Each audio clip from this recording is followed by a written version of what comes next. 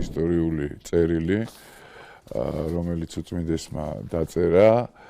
მე ვთვლი, რომ ეს წერილი არის აი იმ წონის და კალიბრის წერილი, რომელიც თითზე ჩამოსათვლელი გვაქვს საერთოდ საქართველოს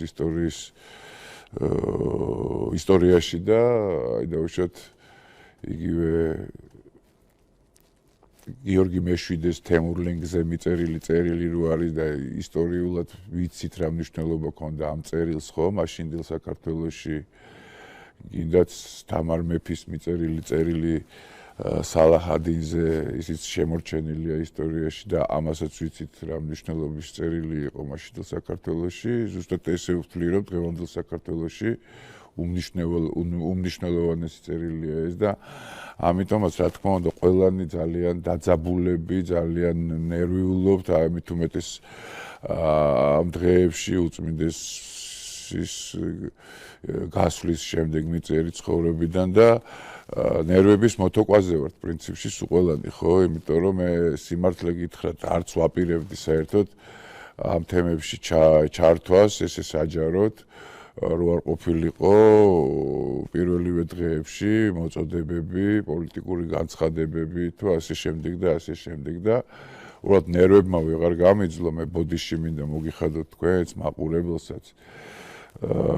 ვეღარ გამიძლო ნერვებმა იმიტომ რომ რა ვიცი არ მოველოდებოდი სიმართლე გითხრათ ამას აი ეს უცბად უწმინდესი არც იყო დაკრძალული ჯერ რომ ეს ლაპარაკები ტელევიზიიდან გავიგონე და რავი ჩავთვალე საჭიროდ რომ მეც ამ თემებზე მელაპარაკა ხო თუმცა მე ხა ისეთი ის არ მაქვს ხა რა თქმა უნდა სასულიერო პირებში და მით უმეტეს ამ დიდ მოწიწებით მინდა მოვიხსენე ყველა მეუფე და უშუალოდ და რა თქმა უნდა ხა მე მაგ ნებაში ვერ ჩავერევი და ვერაფერი მაგრამ ну მეც და ჩვენც ყოველ შემთხვევაში რასაც მე უწმინდესის გვარდიას უწოდებ აი იმ ადამიანებს ვინც დიდი ტკივილით დაიტირა უწმინდესი მთელი ამ დღეების განმავლობაში ჩავთვალე საჭიროდ რომ ჩემი მხრიდანაც ჩემი როგორც ერთი ადამიანის მოსაზრება გამეჟღერებინა და რა თქმა უნდა ეხა არიან ადამიანები ვინც დაუშვათ არ მომიწონა ეს ამბავი და ჩემთვის თან უახლოესი და უძვირფასესი ადამიანები არიან ესენი და პირველ რიგში მეუფე ესაიას მინდა დიდი ის მოგრძალებით ბოდიში მოვიხადო მის წინაშე იმიტომ რომ ჩემი ესე ვთქვათ ამ გამონათქვამების შემდეგ ეს გიენები ჟურნალისტებს რასაც ვეძახით ჩვენ რა თქმა უნდა მიესიენ და ჩემი ესე ვთქვათ მე ჩემთავს ვადანაშაულებ ამაში რომ ესეთი ამბები გამოვიწვიე რა მაგრამ ერთმანეთის მე ტყუილი არაფერი არ მithქვავს მე რაც მოვისმინე და რა ინფორმაციაც მომაწოდეს იმ ინფორმაციაზე და საერთოდ რა ვიცი ვერ დავასახელებ ვერანაირად და არც დავასახელებ ამ მოღვაწეს ვინც მე ეს ინფორმაცია მომაწოდა თუმცა ბოდიშს მოგიხდით ყველას იმიტომ რომ მე ჩემი ემოციები მაქვს ჩემი ცხოვრება მაქვს რაღაცნაირად უფრთხილდები ამას რომ ეს ყველაფერი ისე გავაკეთო და ისე წარმართო სიტუაცია როგორც აქამდე მიცხოვრია ჩემი სიმართლით რასაც მე ჩემი გული მკარნახობს იმას ვაკეთებ და მე მგონია რომ ზუსტად იცით როგორ არის ეხა ზუსტად მამა ალექსანდრე მყავს ჩემთვის უსაყვარლესი ადამიანი მოწვეული სტუმრად და მე იმის არ გამიჭირდება შენიშვნების მიღება და არც იმისი გამიჭირდება თუ ბოდიშია მოსახდელი ბოდიშიც მოვიხადო მაგრამ ჩემთვის ამომავალი წერტილი მაინც ყოველთვის იქნება აი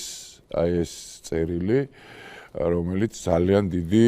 გაჭირვებით ძალიან დიდი ხნის მანძილზე წერდა და გაჭირვებით დაწერა მისმა უწმინდესობამ საერთოდ არავის არ გაუმხილა ეს ამბავი რასაც წერდა არავის არ გაატანა ხელში არავის არ გადასცა და რო წავიდა წირვაზე იქ ესე ვთქვათ თვითონ წაიკითხე ეს ამბავი და ამიტომაც მგონია და ვიცი კიდევაც რა მნიშვნელობის წერილია ეს ამბავი და ამიტომ მე რომ მოვისმინე ხა კონკრეტული სასულიერო პირების ესეთი განცხადებები, ნუ შეიძლება თავი ვერ შევიკავე და უნდა შემეკავებინა, მაგრამ მაშინ შეიძლება მეც აღარ ყოფილიყავი, იმიტომ რომ რაც ჩემმა სინდისმა მიკარნახა, რაც ჩემმა გულმა მიკარნახა, ის თქვი, იმიტომ რომ ეს რომ გავიგე ხა იმაზე აღარ ვლაპარაკობ, ერთ-ერთ მანდგაზე ვიძახი, რომ გავიგე, რომ თურმე საპატრიარქოს ტახტი უნდა გაუქმდეს, ხო და ესე იგი სინოდალური მმართველობის მოწოდებით გამოვიდა ერთ-ერთი მეუფე, აი ეს იყო ბოლო წვეთი, რომელმაც ამ ასხადა, არ შემელო რომ დაუშვათ ის კონკრეტული ემოციები ვერ დავმალე ვერანაირად და ვერც დავმალავდი ვერანაირად და ამიტომ მინდა რომ ესე დავიწყო რომ მე ვითვალისწინებ რა თქმა უნდა აგერ მამა ალექსანდრეც არის ვილაპარაკებთ ამ ყველაფერზე მამა ალექსანდრემ დამირეკა და მითხრა რომ ესე ვთქვათ ამდენი ემოცია ამდენი ძალიან კარგია კი რა თქმა უნდა მაგრამ ნუ ისე ნუ იზავრო რა თქმა უნდა შენ თვითონ შეიტანო ესე ვთქვათ განხეთქილება იმ სიტუაციაში რაც დღეს სინოდში ხდებაო და რაღაც კუთხით შეიძლება ვეთანხმებოდე კიდევაც და ამიტომაც შეიძლება ბოდიში მოვიხადო მაგრამ მაინც იმას ვიტყვი რომ ყოველთვის ჩემთვის ეს წერილი იქნება პრიორიტეტი რა და ამ წერილით ვიხემძღვანელებ რაც არ უნდა მოხდეს. ჯერ ერთი მე არასდროს არ მithქვია რომ იქ შევარდებით ან სადმე გამოვარდებით ან რაღაცა. მე ელემენტარულად ვთქვი ის რომ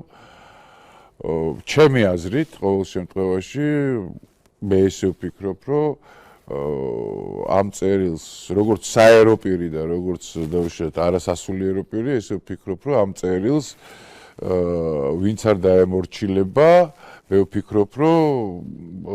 ყოველ შემთხვევაში შეიძლება მაშინ ძალიან ზედმეტი მომივიდა რომ ეს ადამიანები მოღალატეები და ასე შემდეგ უწოდე, მაგრამ ეხა ყოველ შემთხვევაში შეიძლება არ ვიცი, მე რასაც უყურებ ახლა იქ რა ხდება უკრაინის ეკლესიაში, როგორ გაიყო უკრაინის ეკლესია, მე როგორ მოხდა ის ამბავი რომ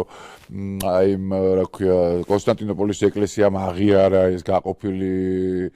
ფილარეტის სიტუაცია და რაღაცა ხო მაგათი მოქმედების წესები ერთი და იგივეა და რა თქმა უნდა ერთი და იგივე დღის წესრიგს მიყვებიან და ამიტომაც გონია ამ წერილის მნიშვნელობა და ამის შესრულება ძალიან მნიშვნელოვანი და ყოველთვის დარჩება ეს წერილი ჩემთვის აი იმ ისტორიულ წერილად პრინციპში არც სასულიერო და არც საერო ხელისუფლებაში რო არ შექმნილა ისეთი მნიშვნელობის წერილად მიმაჩნია მე ეს წერილი